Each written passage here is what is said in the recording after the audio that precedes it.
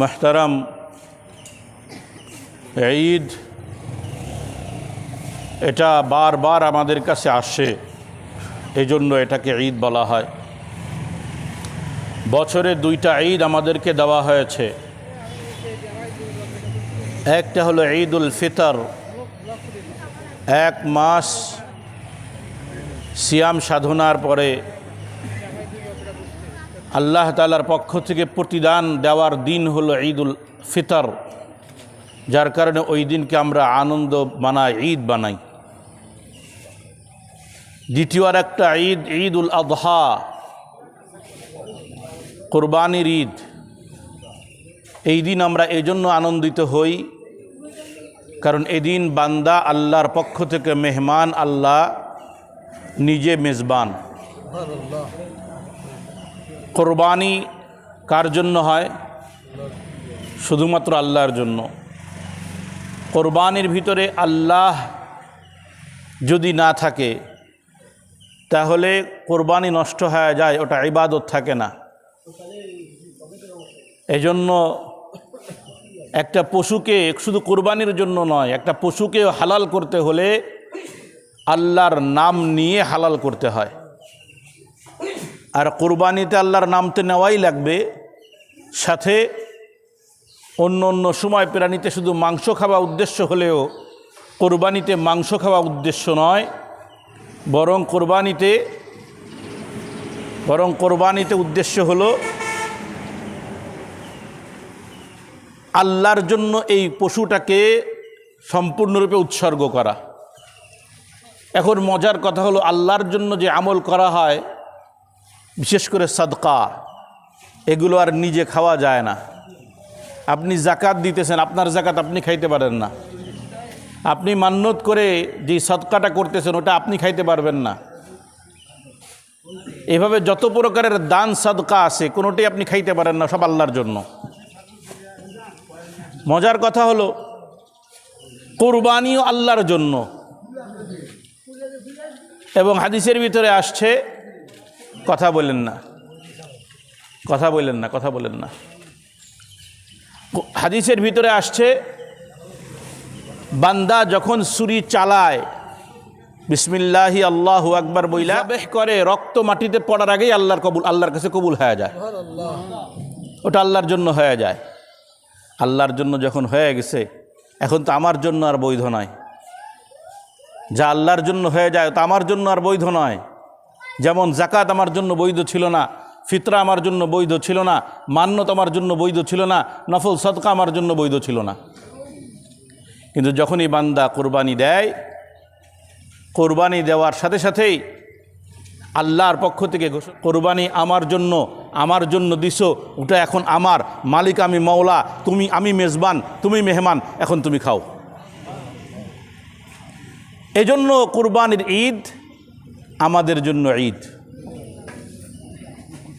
এই কোরবানি মাকসাদ শুধু আল্লাহর জন্য। কেমনে আল্লাহর জন্য? এটা সামনে রাখেন, মাঝে মধ্যে সময় বলবেন আমার। আজকে জামাল ভাই সামনে বসে নেই, ওনার দায়িত্ব হলো আমার টাইম বলা, দেরি করে আইছে, এটা অপরাধ ওনার। তো যাই হোক, আল্লাহর জন্য কেমনে? মা হাদিহিল আযাহি ইয়া রাসূলুল্লাহ। সাহাবীদের পক্ষ থেকে প্রশ্ন, ইয়া রাসূলুল্লাহ, এ কুরবানি কি? তো রাসূল বলতেছেন, সুন্নাতু আবিকুম ইব্রাহিম, তোমাদের বাবা ইব্রাহিমের সুন্নাত, তোমাদের বাবা ইব্রাহিমের সুন্নাত এটা। তো ইব্রাহিমের সুন্নাত কি? ইব্রাহিম দুম্বা দিছে। এর আগেও তো হাবিল কাবিলের কুরবানিতে কি ছিল? দুম্বা ছিল নাকি? তাহলে পিরানির কুরবানি আগেও ছিল। তো ইব্রাহিমের সুন্নাত কি? দেখবেন অনেকে হয়তো বলে বসে, একটু সঠিক তাহকিক না করার কারণে, বিশ্লেষণ না করার কারণে, যে পিরানির কুরবানি শুরু হয়েছে আদম থেকে। না, সে আদম থেকে শুরু হয়ে গেছে, ইব্রাহিম থেকে না। ইব্রাহিম থেকে অনেকে বলে ইব্রাহিম থেকে শুরু হয়েছে, না, ইব্রাহিম থেকে না, আরও আগেই শুরু হয়েছে। তাহলে ইব্রাহিমের সুন্নাতটা কি? ফালাম্মা আসলামা ওয়া তাল্লাহু লিল জাবিন ওয়া নাদাইনাহু আইয়া ইব্রাহিম কদ সাদ্দাকতার রুইয়া। বাপ বেটা যখন সম্পূর্ণরূপে প্রস্তুত হয়ে গেছে, ইসমাইল নিজেকে উৎসর্গ করবে, ইব্রাহিম ইসমাইলকে উৎসর্গ করবে। চোখটা বেঁধে ফেলছে, হাতটাও বেঁধে ফেলছে, ছুরিটা চালাইছে। জবেহ করার পরে যখন ইব্রাহিম চোখ খুলে দেখে সন্তান কুরবানি হয় নাই, সন্তানের জায়গায় একটা দুম্বা কুরবানি হয়েছে, স্বপ্ন তো বাস্তবায়ন হইল না। ইন্নী আরা ফিল মানামি আন্নী আযবাহুক, আমি তো স্বপ্ন দেখছি তোমাকে জবেহ করব, কিন্তু ইসমাইল তোমার জায়গায় তো অন্য কিছু কুরবানি হয়ে গেছে, সুতরাং স্বপ্ন পরিপূর্ণ হয় নাই। আল্লাহ তাআলা আহ্বান করেন, ওয়ানাদাইনাহু আইয়া ইব্রাহিম, আমি ইব্রাহিমকে ডাকলাম, হ্যাঁ ইব্রাহিম, কদ সাদ্দাকতার রুইয়া, তোমার স্বপ্ন বাস্তবায়িত হয়ে গেছে। তো হইল কেমনে? নবীদের ওয়াহি তো, নবীদের স্বপ্ন তো ওয়াহি। নবীদের স্বপ্ন কি? ওয়াহি। তো নবীদের স্বপ্ন যখন ওয়াহি, তো ওয়াহির মাধ্যমে জানলাম সন্তানকে কোরবানি করতে হবে, কিন্তু সন্তানকে কোরবানি না কইয়া হয়ে গেল দুম্বা। এখন কদ সাদ্দাকতা রুইয়া, আল্লাহ বলে দিলেন স্বপ্ন বাস্তবায়িত হয়ে গেছে কেমনে? এই কথাটার জবাব কোরআনের মধ্যে দিছে, ফালাম্মা আসলামা, বাপ বেটা উভয়ে যখন আল্লাহর সামনে নিজেকে সঁপে দিছে। কুরবানি মূল মাকসাদ ছিল না, কুরবানি একটা মাধ্যম শুধু। যে 120 বছর বয়সে সন্তান পাইছো, ওই সন্তানকে উৎসর্গ করে দাও, আল্লাহ আপনার পক্ষ থেকে আদেশ, আমাদের আর কোনো কথা নাই। ব্যাস, এই যে নথি স্বীকার করে নিয়েছ আল্লাহর সামনে, এটাই আসল কুরবানি।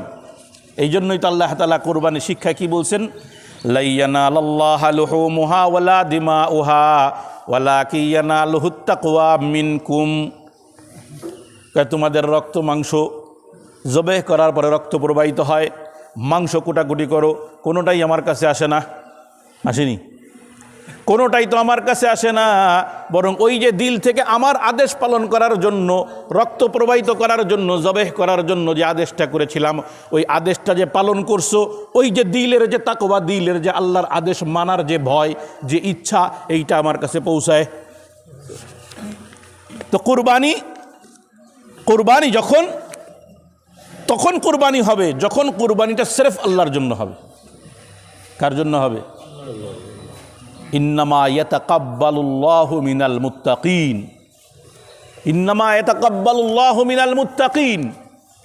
কুরবানি কবুল হয় একমাত্র মুত্তাকিনদের থেকেই, যারা শুধুমাত্র আল্লাহকে ভয় করে, আল্লাহর আদেশকে সামনে রেখা জবেহ করে। আপনি যদি বুদ্ধিজীবীদের মতন মানবিক হন, বুদ্ধিজীবী মানবিক বুঝেন তো, বর্তমান বুদ্ধিজীবী মানবিক আছে না কিছু, তারা বলে পশু হত্যা করার দ্বারা ইবাদত, এটা কেমনে হয়? তারা মানুষ মাইরা ছাপা ছাপা করে ফেলাইতেছে। ওই জায়গায় তাদের বক্তব্য নাই। ফিলিস্তিনের গতকালকের সংবাদ দেখলাম যে কুরবানি করার জন্য যেই দুম্বা, যেই ছাগলগুলো রাখছে, এগুলো ছিনতাই করে চুরি করে নিয়ে যেতেছে ইসরায়েলিরা। কুরবানি করতে দিতেছে না, কুরবানি করতে দিতেছে না। আর মানুষ তো মারতেছে একের পর এক। কাশ্মীরে মারলো, ইরানে মারলো, ফিলিস্তিনে মারলো, নাইজেরিয়ায় মারলো। এমন কোনো মুসলিম রাষ্ট্র নাই, একটা দুইটা বাদে, যেগুলো মোটামুটি তাবেদার সেগুলো বাদে, সব জায়গায় মারতেছে। এই সময় তাদের এই কথাটা আসে না, মানুষ হত্যা করে, আয় হায় রে। কিন্তু কুরবানির দিনে বুদ্ধিজীবীদের মানবিকতা জেগে ওঠে যে এই প্রাণী হত্যা করার মাধ্যমে ইবাদত হয় কী করে। এটা ইসলাম হতে পারে না, নাউজুবিল্লাহ। হ্যাঁ, ও মুহতারাম ভাই, ও আমরা কোরবানি কেন করি? শুধু একটাই কাজ, শুধু কোরবানি নয়, যে কোনো ইবাদত আমরা করি শুধুমাত্র কার জন্য? আল্লাহ বলছেন করি, আল্লাহ নিষেধ করছেন ছাড়ি। আল্লাহ বলছেন এজন্য করি। কেন নামাজ পড়ি? আল্লাহ বলছেন নামাজ পড়ো। কেন রোজা রাখি? আল্লাহ বলছেন রোজা রাখো। কেন হজ করি? আল্লাহ তাআলা বলছেন হজ করো। কেন জাকাত দেই? আল্লাহ বলছেন জাকাত দাও। তো যত ইবাদত কেন করি? ইমতিসালুল আওয়ামির, আল্লাহর আদেশ পালনের জন্য। সব নাফরমানি ছাড়ি কেন? আল্লাহর নিষেধ থেকে বাঁচার জন্য। আল্লাহ নিষেধ করছেন, আর কোনো কথা নাই এখানে। বাস এটাই গুলামি। এটাই কি গুলামি? গুলামি কাকে বলে ইনশাল্লাহ আগামীকাল জুম্মায় আলোচনা করব। গুলামি কাকে বলে এটা নিয়ে কালকে আলোচনা করব ইনশাআল্লাহ। তো এটাই গুলামি। বলছেন করি, ছাড়তে বলছেন ছাড়ি, ব্যাস এটাই হলো আমার গুলামি। ও মোহতারাম ভাই, ও এই যে ঈদের দিন, এই কোরবানি, এটা ওয়াজিব আমল। খুব সংক্ষিপ্ত করে বলতেছি, আমি ইসলামী মাহফিলে বলেছি এটা ওয়াজিব আমল। আপনাদের কাছে সংবাদ আসে হয়তো অনেকের কাছে, কারোর কাছে এটা সুন্নাত আমল, কেউ ছাড়লে ছাড়তে পারে, নাউজুবিল্লাহ। না, আহলুস সুন্নাত ওয়াল জামাতের কাছে, হকপন্থী যত দল আছে সবার কাছে এটা ওয়াজিব কুরবানি। যারা সুন্নাত বলেন, আমাদের মধ্যে যারা সুন্নাত বলেন, এই সুন্নাত দ্বারাও এমন সুন্নাত যেই সুন্নাত ছাড়ার সুযোগ নাই। মানে ইমাম শাফি রহমাতুল্লাহর নিকটে কিন্তু সুন্নাত, কিন্তু এই সুন্নাত এমন সুন্নাত যে ছাড়া যাবে না। কথাটা বুঝছেন নি? এখন অনেকেই বলে যে তোমরা হানাফিরা ওয়াজিব বলো, তো তোমাদের শাফিরা তো আবার কি বলে? সুন্নাত বলে। বলে শাফি এমন সুন্নাত বলে ছাড়া যাবে না। বেতরের নামাজ আমাদের নিকটে কি ওয়াজিব, আমাদের আহলে হাদিস ভাইরা বলবে সুন্নাত। আমাদের ইমাম শাফি রহমাতুল্লাহ বলেন কি সুন্নাত। কিন্তু ইমাম শাফি রহমাতুল্লাহ নিকটে বেতরের নামাজ যে সুন্নাত, এমন সুন্নাত ছাড়া যাবে না। আর আমাদের নিকটে এমন আমল যেটা ছাড়া যাবে না। পার্থক্য কি? শুধুমাত্র পরিভাষার একটা পার্থক্য, আর কিছু না। এই জন্য কোরবানি যাদের নিকটে সুন্নাত, তাদের নিকটে এমন সুন্নাত যে ছাড়ার সুযোগ নাই। আমাদের নিকটে ওয়াজিব। ওয়াজিব কাকে বলে? যার ছাড়ার সুযোগ নাই। তাহলে পার্থক্য কি? সুতরাং এই ধরনের বিভ্রান্তিতে পড়ার কোনো সুযোগ নাই যে কোরবানি সুন্নাত, সুতরাং মাঝে মধ্যে ছেড়ে দেওয়া ভালো, নাউজুবিল্লাহ। এটা ওয়াজিব বিধান। দেখতেছি আমি। মুহতারাম, সময় আছে আর মাত্র 9 মিনিট। এখনও অনেকে আস্তে আস্তে আসতেছেন। কোরবানির ঈদের জামাত আমরা যে 7:30টায় দিয়েছি, আলহামদুলিল্লাহ শহরওয়ালারা এখন অনেকটা বুঝে ফেলছে। সাধারণত দুই ঈদের জামাতের মধ্যে কোরবানির জামাত আগে আদায় করতে হয়, কারণ এরপরে আরেকটা ইবাদত আছে। ঈদুল ফিতরের পরে, ঈদের নামাজের পরে আর কি নাই? ঈদুল ফিতর, ঈদের নামাজের পরে আর কোনো ইবাদত নাই, খানাপানা আনন্দ করো। কিন্তু কুরবানির ঈদের পরে আরেকটা ইবাদত রয়ে গেছে, সেই ইবাদতটা হইল কুরবানি, ওয়াজিব আমল। যার কারণে কুরবানির ঈদের জামাতটা আমরা কি করি? একটু আগে পড়ি। এই যে 7:30 দিয়েছি, এটাও দেরি, এটাও কিন্তু দেরি। ঈদের নামাজের ওয়াক্ত শুরু হয়ে যায় চাষতের ওয়াক্ত যখন শুরু হয়, অর্থাৎ সূর্য ওঠার 15 থেকে 20 মিনিট পরেই। যার কারণে আপনারা যারা বর্তমান মিডিয়ার জামানা, যে আরবীয় চ্যানেলগুলো আছে, দেখবেন তারা ঈদের নামাজ প্রচার করে, বিশেষ করে মক্কা মদিনার। এই নামাজের টাইমগুলো দেখবেন, খেয়াল করবেন, ঠিক সূর্য ওঠার 10-15 মিনিট পরে তারা নামাজ শুরু করে দিছে। আমাদের ঈদের দিনের যে সুন্নাতগুলো আছে, গোসল করা, মিসওয়াক করা, ফজরের নামাজ বা জামাত আদায় করা, এরপরে ঈদগাহে এসে নামাজ পড়া, মানে না গোসল সব কিছুর আগে, কিন্তু সব ফজরের আগে, কারণ ফজরের পরে আর সুযোগ নাই। এরপরেও আমরা বাঙালি, আমরা জামাত ফেল করি। অনেক বাঙালি এসে দাঁড়ায় থাকে, যেসব জায়গায় দ্বিতীয় জামাত হয় দেখবেন এসে দাঁড়ায় থাকে যে দ্বিতীয় জামাতে শরীক মনে। সাজিয়াড়া মাদ্রাসায় যখন দ্বিতীয় জামাতের ঘোষণা হইতো, তখন আমরাই নিষেধ করছি যে না, দ্বিতীয় জামাতের কোনো ঘোষণা হবে না, কারণ ইসলামে দ্বিতীয় জামাতের ঘোষণা নাই। হ্যাঁ, সংকুলান না হইলে দ্বিতীয় জামাত হবে, সংকুলান না হইলে তো দ্বিতীয় জামাত হবে, এ কথা চলবে না। ঈদের জামাত একটাই, সংকুলান না হইলে মানুষজন জায়গা পায় নাই, তো কোনো আলেম যদি থাকে বা পড়ানোর মতন থাকলে সে নামাজ পড়াই দিবে। কিন্তু এখন আমাদের অবস্থা হয়ে গেছে, আমি যেই সব জায়গা একাধিক জামাত দেখছি, কিছু লোক এমনি বসে থাকে যে যাবো না, আস্তে আস্তে সারা রাত মার্কেটিং করে, এদিক ওদিক ঘুরে সব কিছু কইরা এরপরে যায় ফিকির করে কি যে দেখুন নে। ঈদের দিনের একটা সুন্নাত হলো আগে আগে ঈদগাহে আসা। ঈদের দিনের সুন্নাত হলো আগে আগে ঈদগাহে আসা। কিন্তু আমরা দেখা যায় যে জামাত যখন শুরু হবে তখনও লোকজন দৌড়াইতেছে, এরকম হয় না? জামাত যখন শুরু হয় তখনও লোক দৌড়াইতেছে। যাক, আলহামদুলিল্লাহ।